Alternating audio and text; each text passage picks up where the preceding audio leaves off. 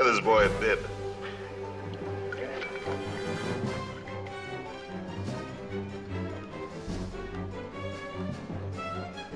He needs his mama.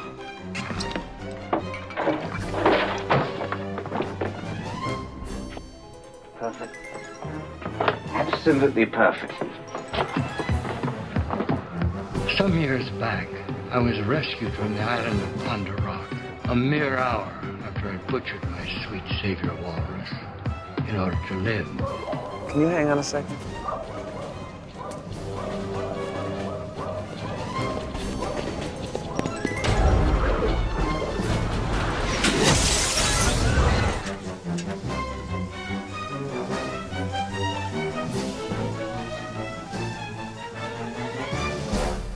Hey, how are you? Back 2 weeks in a row now.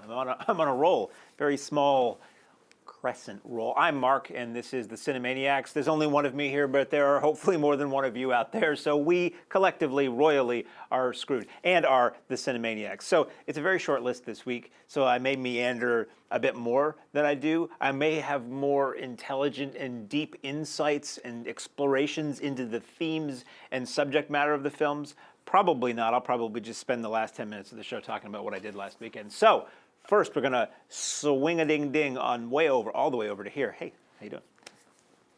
Vogue. The newest Marvel film. See, I try not to say the title of the movie before I reveal the title of the movie at the end, so it's like this big suspenseful guessing game, but it's kind of hard not to because this is a Marvel movie. It's the latest Marvel movie that ties in with all the other Marvel movies, this time about a character you haven't seen before in a Marvel movie. This is a woman, former Air Force pilot, torn between two worlds, not sure of where she comes from or where she's going, but she's got a hell of a right hook. Her name is Captain Marvel.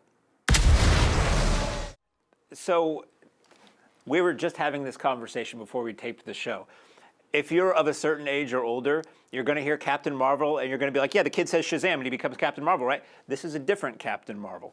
Now, when I was a kid and I watched the Shazam show, the Filmation live-action show on Saturday mornings on CBS, I was confused when I watched that show because the show's called Shazam, so that's the name of the guy in the cape, right? No. He's Captain Marvel, but he says Shazam. Billy Batson, he says Shazam, he becomes whatever. Anyway, there's a Shazam movie coming out. Funny enough, the trailer for which played before this Captain Marvel movie. It's very confusing. It wasn't Captain Marvel a guy. He might have been at one point, but this movie is based on a Marvel Comics character that's been around 10, 20 more years. I don't know. I've been out of following superhero comics for a long time, but I know this is based on something that has existed that I was kind of vaguely aware of.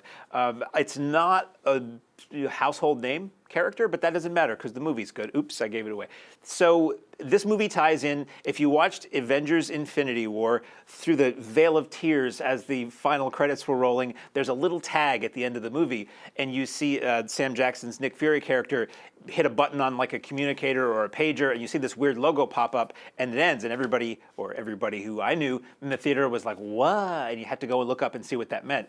What it meant was he was signaling Captain Marvel, who is the subject of this film. So this film takes place back in, I think this says it's 95 or 96, late 90s, 1990s in this country. And it takes place before all the other Avengers movies we've seen, except part of the first Captain America. It's very hard to keep this all straight. Somebody's already done it for you. Go online. So this basically is the story of this woman who's an intergalactic fighter for her race of people, the Kree, versus the Skrulls. Now, when I used to read Marvel Comics and DC when I was a kid, I read what was contemporary, and what they were also doing was reprinting old comics. There was something called Marvel Tales, which reprinted old Spider-Man comics, which I couldn't afford to read the originals of.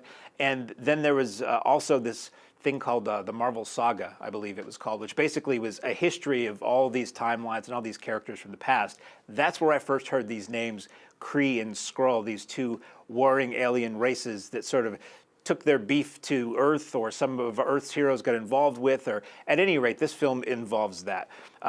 Our heroine, Captain Marvel, is a Kree. She is fighting against this alien race of shapeshifters. When they're not shifting into somebody else's shape, they look sort of like green and lizard-like and weird.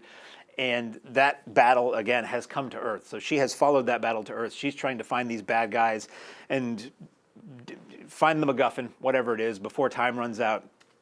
There are some compatriots of hers, Jude Law being one of them, being her Obi-Wan to a degree, who are on the way to save her before all hell breaks loose. And when she lands in a well-stocked blockbuster video in the late 90s, she is met by Nick Fury, agent of S.H.I.E.L.D., who we come to know in the later Marvel films. And it becomes like a road movie to a degree, buddy cop movie to a degree. It's very light, this film. It's not as ridiculously comedic as the last Thor was, which coincidentally was the first Thor I liked. It has a mix of the serious and the heavy and the dramatic and the comedic, but overall it's pretty light. The action is really good in this. I was really impressed, almost giggling out loud during the hand-to-hand combat scenes, of which there's a good number, where it was a wide shot. And I could see what was going on, and it was really impressive to see what was going on. It also helped the 3D, too. I saw this in 3D just because I didn't want to wait around for the next showtime in 2D, and the 3D was pretty good for the most part. I would say a lot of the outer space stuff was very impressive. If somebody's at a great height or anything like that, that really helped sell that moment. But overall, like most 3D, I kind of forgot it was in 3D after a while, and I would kind of have to, and then look again and see, is it still 3D? Is it flat? Am I imagining things? Like most 3D films, I would say I wouldn't necessarily go out of my way to see it that way, unless you're seeing it in IMAX and DMX and RPX and RPG and Rumble-Rama and Button-Umathon. I would probably just see the 2D version of this because the movie looks phenomenal. A lot of really cool effects with Captain Marvel has this ability to basically shoot hot energy out of her hand, Mega Womp. And that's a really cool effect, and they use that. They don't overuse that, but when they do use it, it's pretty impressive. And overall, the look of the film is cool. It's not unique, but it's cool. It's a Marvel movie, so there's a certain level of competence and standards that this lives up to. Brie Larson is a lot of fun as Captain Marvel. She's strong, vulnerable, inquiring, inspirational, all that. Sam Jackson is mostly a comedic character in this film. You see some other characters from the other Marvel movies that I don't want to give away, not a lot. The end credits of this film, as has become the habit with a Marvel movie, you have one mid-credit scene, and you wait all the way to the very end, and you have another little tag, both of which had the Marvel fans gasping. Actually, there was a group of youths sitting across the aisle from me, and after the first mid-credit screen, they broke into a discussion group, and they were trying to figure out how all this fits into that, and this had to come happen before that, and this had to do this, and this is going to have to happen. This is what we're going to, and I'm just laughing because, yes, there's a plan to these Marvel movies. Part of it is just based on decades of comic book lore, but I think whenever there's a prequel to anything, some writer just made it up. I mean, it wasn't carved in stone. It wasn't the scrolls that were discovered or the scrolls. It was somebody just made it up to fit with the stuff that already exists. So all this heavy-handed, does that mean? It's like, no, they didn't figure it out. They just said, let's put this thing in there and it'll mean more because it's connected to the other movies. Anyway, I really enjoyed Captain Marvel. This is a good movie for everybody, really. This is one I'm looking forward to having my nieces see because, it sounds sappy to say it, but it's really cool to see female superheroes that can give little girls role models. You can have a role model from either gender, really. But in this one, it's really cool, and it does some things in it that I thought were rather touching and rather cool. Which as a dude, it was like, hey, good for you, that's cool. And if you're a little girl, that may lead to a whole rush in 20 or 10, 15 years of girls going into the Air Force and wanting to be pilots, because it certainly it pushes that a little bit, not in a bad way, but it's there. Anyway, I could go on and on about Captain Marvel, and I already have. I don't really have much more of substance to say about it other than I thought it was a lot of fun. It's not necessarily one of the best Marvel movies, but it's certainly far from the worst. I look forward to seeing what else they do with this character. I look forward to seeing how Captain Marvel fits in with the next Avengers movie, because as we keep introducing Marvel characters, these Avengers movies keep having more and more characters that they have to devote time to, and that's a heck of a juggling act to give substantive time to a dozen characters over the course of a 2 or, let's be honest, probably 3-hour movie. Speaking of female heroines, not females who use heroin, we don't talk about that here, but female heroines, this is a movie I actually saw a few weeks ago. I'm talking about it now because it is coming to the Colonial Theater here in Keene. So for the locals, this will be playing at the Colonial starting on the 16th, which is the end of the current week that we're talking about. For you out there in somewhere elseville, this is probably either already played or is coming soon to video, or might still be hanging around because it's an art house movie and they tend to move a little slower around the country. This tells the story of a young Ruth Bader Ginsburg before she was a Supreme Court justice, back when she was just a young woman, college professor looking to be a lawyer in the big city.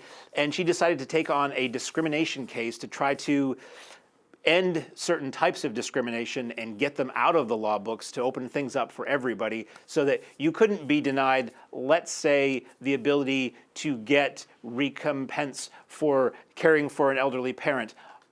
This is a long way to go just to say, on the basis of sex. What's eating you, Superman? Well, they won't let me play with him. Why not? You see, I'm too good. I know how you feel. Why don't you try the Air Force? So it's funny to have a Ruth Bader Ginsburg documentary and then a narrative film about the same person within like a year or so of each other. Not a bad thing, just interesting to me. I never saw the documentary, so this was my introduction to some of what I believe, I didn't really look this up, what I believe are the facts of the case of M. Ginsburg, or Ruth Ginsburg, anyway. Bad Poe joke there. So this basically is the story of Ruth Bader Ginsburg, who at the time was trying to be a lawyer, not having a lot of success with that, wound up getting in as a professor, law professor, university professor, and then took on this case. And it's sort of what I believe led her on the path to where she is now. It was basically this single man in his 50s, let's say, who had to stay at home to take care of his elderly, ailing mother, and the insurance company wouldn't allow him an allowance or tax deduction as a caregiver because he was a guy. Now, going into this movie, I've assumed this was a female rights, a female discrimination movie, and basically, and I was wrong, because when you assume, you make, well, Benny Hill told us long ago, get out the whiteboard. So this basically was a tale of just inequality in general under the law that had broader ramifications. So what movie is really about is the process of the law. Yes, it's about inequality and equal rights and women's liberation and feminism and all that. That's all present because that was the time this was going on. But it's really more of how the law works and how you go about changing that. And it was really interesting. Just the process of just the technical, the nuts and bolts and mechanics of how this thing went to the Supreme Court, I thought was interesting. I've never seen anything about that. I'm sure there was a little bit of artistic license taken here and there. There always is. Performances were very good. You had, sorry, I have to look, Felicity Jones, British, as Ruth Bader Ginsburg, and Armie Hammer, who I'm not a huge fan of. I don't think he's bad. He just often seems kind of bland to me, as her husband. And you had people like Sam Waterston and Stephen Root and many other faces you'll recognize throughout the film. It's fun. It's funny. It's very inspiring. It's very makes you mad about how things were not so long ago. Some of the attitudes haven't really changed, unfortunately. Really well shot. Good sense of time and place. Although there was a Monkeys reference, I took a little bit of a liberty. So at one point, the daughter is listening, goes into the bedroom in a huff. If that's not fast, she'll do it in a minute and a half. And she starts cranking her stereo, and it's Moody Blues. And Mr. Ginsburg walks after her. It says to his wife, Ruth, don't worry, I'll take care of this. At least she's not listening to the Monkeys. Now, okay, I'm going to take offense with that. The thing is, this is set in like 70, 71, 72. Nobody's listening to the Monkeys at that point. No offense. They were done by that point. Nobody was listening to it. So to say that at least she's not listening to the Monkeys, that's a little silly. At least she's not listening to the Archies? Yeah, maybe Partridge Family? Sure. But Monkeys, that's not quite accurate. Unless he's saying at least she's not listening to an act that is passé because they haven't put out an album in 2 years. Anyway, but beside that point, I thought this was really good. Again, this is a good one for historians. This is a good one for females. This is a good one for males. It's just a good one. It's well done. Usually I have qualms with what I call faux Americans in movies, which are British actors playing Americans. Not the fact that they're doing it, but because my ear can hear a fake American accent when done by somebody who speaks English, British English, and it always kind of, it's like fingernails on a chalkboard to me. Felicity Jones in this was quite good, so that never really bothered me, and she's good anyway. So I liked it. It was interesting. It showed me a world I hadn't really seen before, and it gave me the insight on a story that I was unaware of. And that's all I ask. That maybe I come out of a movie feeling a little bit better about the world or myself than I did when I went in, or maybe I'm a little bit smarter, which is tricky to do when you try to penetrate this. So that's all I saw in the theater this weekend. There wasn't really much new other than Captain Marvel. Next week we'll probably have a couple. I'll tell you at the end of the show what I have on my list of maybes. And now we move on to that which you can see on home video, be it a format, a streaming service, a device, a platform, a radar, a chemical implant, who knows what. We're going to swing on over here, and I'm going to try to remember what this movie's about because I saw it in the theater long ago, and it made that much of an impression. Here we have the second in a series of prequel films tied into the Harry Potter books. which are all based off a book that wasn't even a narrative work of fiction. So that's how desperate Warner is to get more movies out of this stone. This is Fantastic Beasts: The Crimes of Grindelwald. So I saw the Harry Potter movies in the theater as they came out, and I liked them. To me, they were one long movie. If you mention any of the titles in that series, I would say, I saw it. I don't remember exactly what happened, but I liked it. They were likable. It was cool to see the cast, grow from little kids to young adults over the course of that series of films, and they were fun. I never read any of the books, don't really care. And so these films came along. Apparently they were based on a book that was sort of this one-off thing that was sort of a guide to the creatures, and there really wasn't a story per se. It was just all these creatures. And Warner said, Harry Potter made us a lot of money. How do we keep this gravy train going? And they wound up turning that into the previous film, where you're following this young wizard who collects all these fantastic beasts, Fantastic Beasts. And you bring in young, sexy Dumbledore, played by Jude Law, who was also in Captain Marvel a moment ago. And you bring in all these other characters, and you try to create whatever you do in a prequel. Big things that were maybe mentioned casually in other books or other films. You sort of show the story of that, and you introduce a lot of secondary characters so they can get killed off, but the ones who are going to live into the Harry Potter universe live. Whatever, I'm cynical about this stuff. Effects in these movies are amazing. They're visual feasts. These were really good movies to see on the big screen and maybe in 3D. I'm sure they're fine at home. Most people have sizable TVs these days. I'm sure the effects hold up. So you have Newt Scamander, whatever his name is. Eddie Redmayne is back, and he's all aw shucks and nice. And Catherine Waterston's back as his slightly more aggressive and go-getter a lady friend compatriot. And they're fighting the evil Johnny Depp and all of the other evil people who are trying to basically take over the world and be the ones who rule the world, those who have magic, as opposed to the Muggles who don't. And you have the young, sexy Jude Law as a much more dashing Dumbledore than Richard Harris or Michael Gambon portrayed. And it's all of this intrigue and it feels sort of like pre-World War II or World War II era spy stuff. It's fun. I found myself during the second movie, of which we're talking now, Crimes of Grindelwald, I couldn't remember who was who. I didn't remember what was going on. I always give a film credit that doesn't do a lot of heavy recap, and for those of you who tuned in late moments, but in this one, they were throwing names around from the first film, and I'm like, who was that again? Where is that? What's going on? What prophecy? So I had a hard time following what was going on. I didn't really care all that much about any of these characters. I found partway through the movie, I'm just like, yeah, I don't really care about any of these people. They're just not dynamic to me like the characters in the first film were. I will say the set design was phenomenal. All the visuals were great. So if you're talking about this movie for kids, it's a little dramatic or traumatic or dark. It's kind of, so it's edgier than the Harry Potter movies were, I think. You do have the cute creatures and things, but it's very dark and a lot of, people being evaporated and sucked into vortexes and all that kind of stuff. And Johnny Depp's pretty creepy in it. And you have Dan Fogler is back as the bumbling American who's so let me get this straight guy who's there for the slower members of the audience, or he's there to have everything explained to him in case you aren't following along. I just didn't really care for this movie that much. I don't think it was a bad movie. I just literally didn't care while I was watching it. And it's just like, yeah, sure. I'll see the next one that comes out. Maybe I'll like it more. I don't know.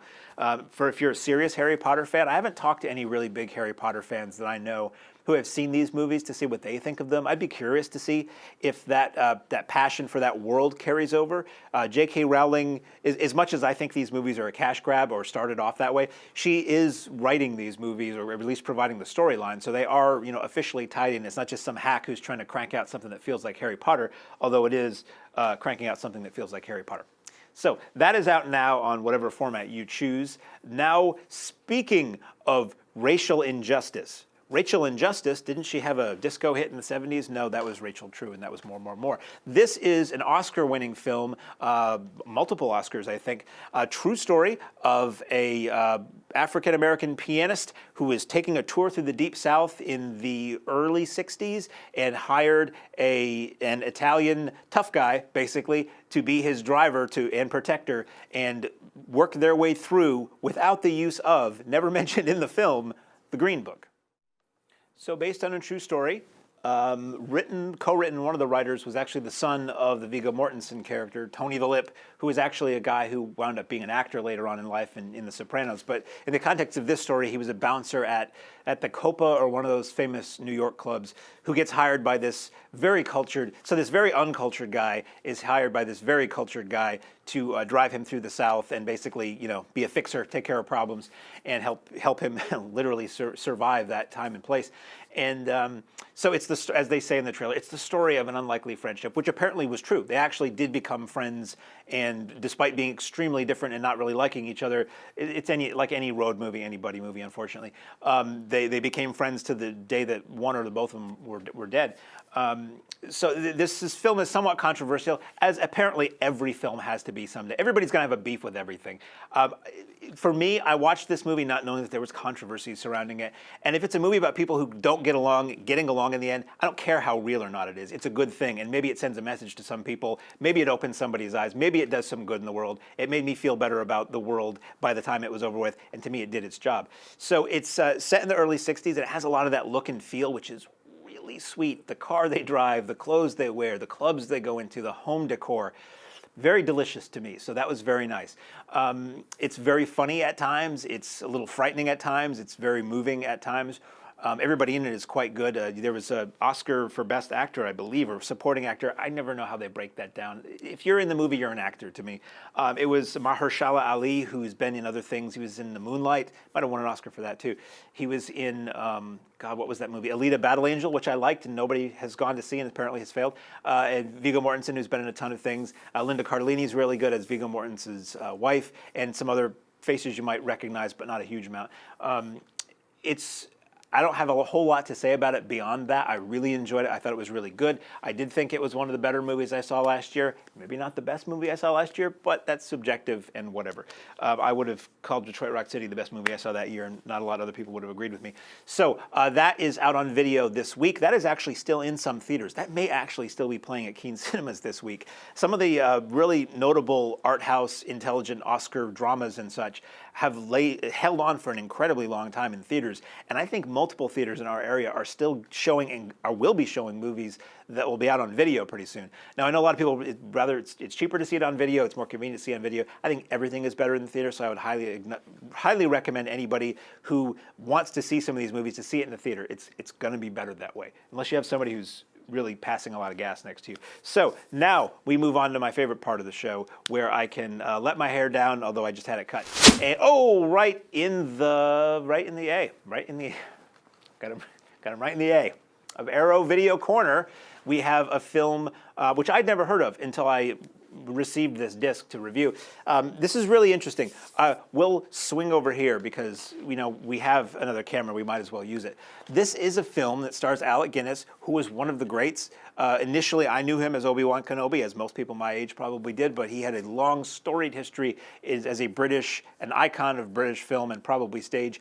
This is from 1955. This tells the story of post-war Europe, an unnamed country somewhere in Europe, and the police show up at this large, cathedral, and arrest this priest, throw him in jail, and begin a long series of interrogations to get him to basically confess that what he is telling everybody is a lie.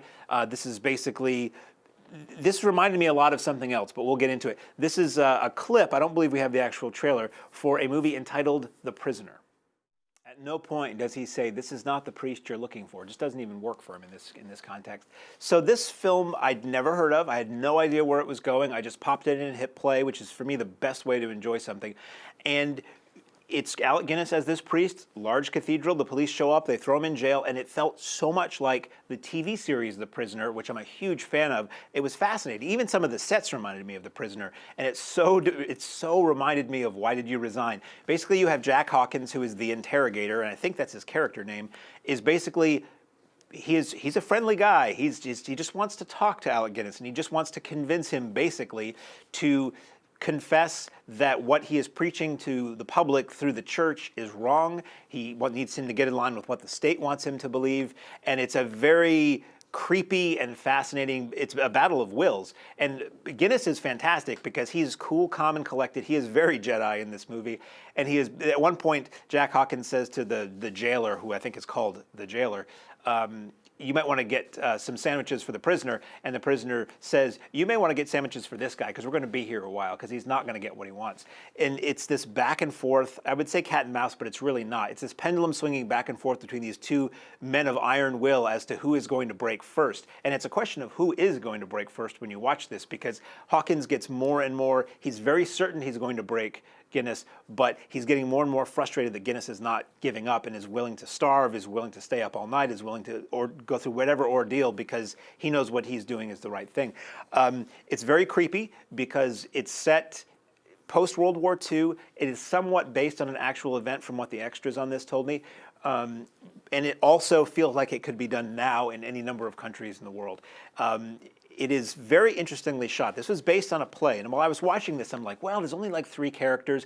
I wonder if this was a play. I usually can sniff out a film that's based on a stage work because it's usually very limited in terms of location and cast, and this was indeed based on a play. Apparently the same people you see in the movie were the people on stage. Jack Hawkins may not have played that character, but certainly Guinness and the man who played the jailer were just reprising their roles, so they had lived in those characters for who knows how many performances before they stepped in front of cameras for it. Really interestingly shot, very crisp, nice transfer. It's Arrow, so you expect that. Really crisp black and white photography, really interesting. These, like, part of them are jail cells, part of them is this giant, like very ornate, almost palatial room with like a checkerboard floor, which reminded me a lot of The Prisoner and the giant outdoor chessboard. Very calmly and well acted. It's fascinating. Not a very long movie. I think this was maybe 80 minutes or so, tight for what it had to do. But it was riveting. It was fascinating. I thought this was great. And it's a movie like I've never heard anybody mention this before. So again, why I love Arrow Video is yes, they give these movies to the rest of the world, but most importantly, they give me these movies that I've never heard of and really, really like. Extras are not a whole lot of extras, but they're interesting. There's one that's about, boy, I think it's fairly long, and it's sort of an Alec Guinness career retrospective with, I think, with some interviews with him.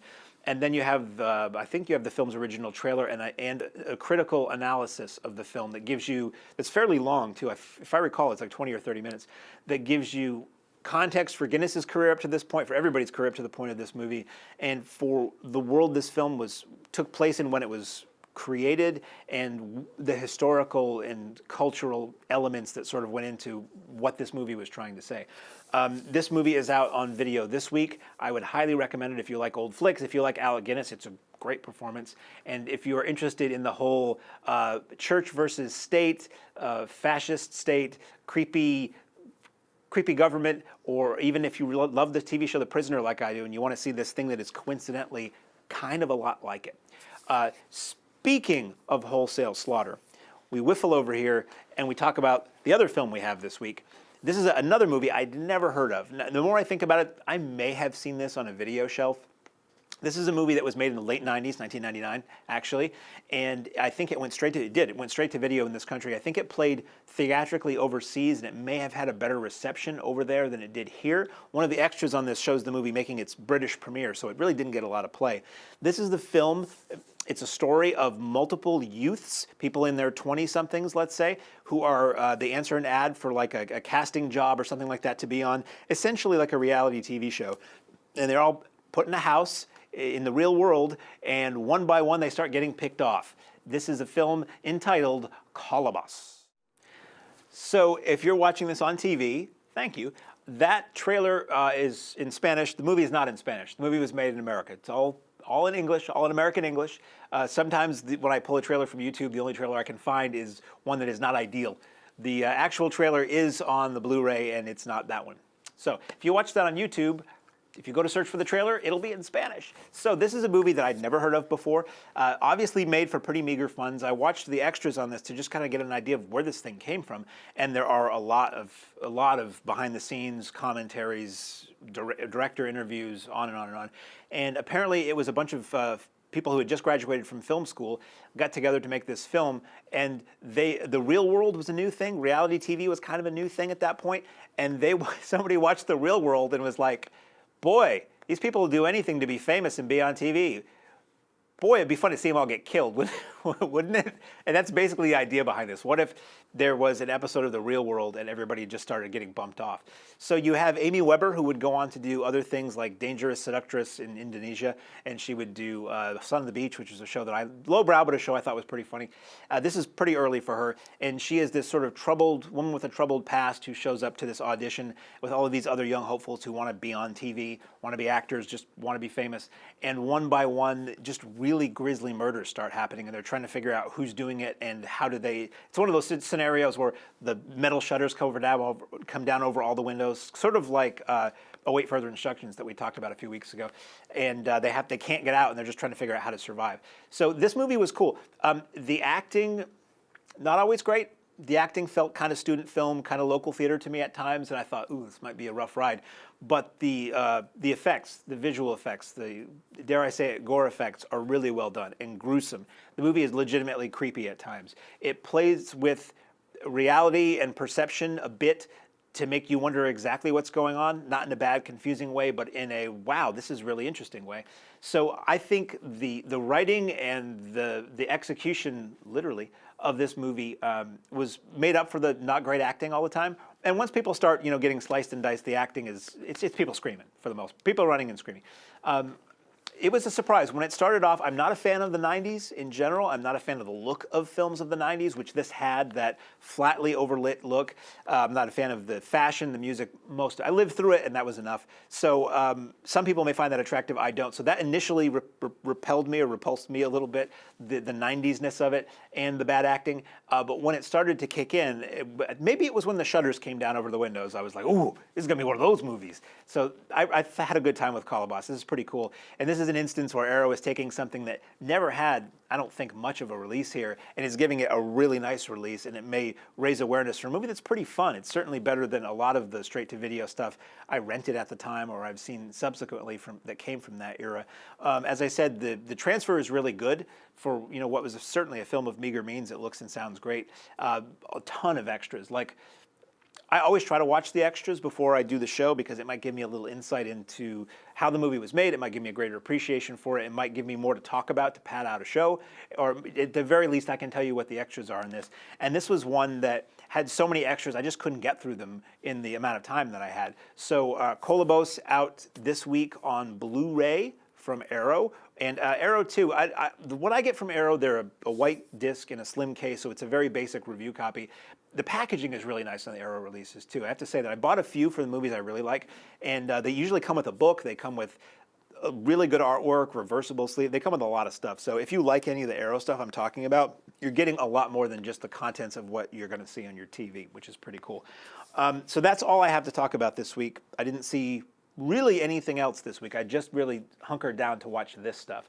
So next week I see two films listed as coming out in the theater, 5 Feet Apart, which I know nothing about, and Wonder Park, which is a children's film about some young boy or girl, I think it's a girl, who discovers this amazing amusement park in the woods and has a great time. Seems pretty simplistic to me, but I have a feeling there has to be more to it than that. I'm guessing that's probably all that's going to come out locally. I'm kind of basing what I talk about on the show with what comes out locally. As I said, on the basis of Sex Starts at the Colonial this week, and I've already seen that, so we won't talk about that again. I don't know what is video. Mary Poppins Returns, Spider-Man Into the Spider-Verse, and 3 or 4 other things, several Arrow releases. So it'll be a pretty robust show. It just probably will be pretty light on new releases unless our local theater gets something a little late or something a little weird. Something a little weird I'm always up for. I always like that. So that's really all I have to say. So I'm going to sign off on the other camera because we have 3. That way Rick doesn't get bored in there. And I will bid you a fond adieu and hope that you have a wonderful week watching movies or otherwise. Until then, I'm Mark, and I am the Cinemaniac. Bye-bye.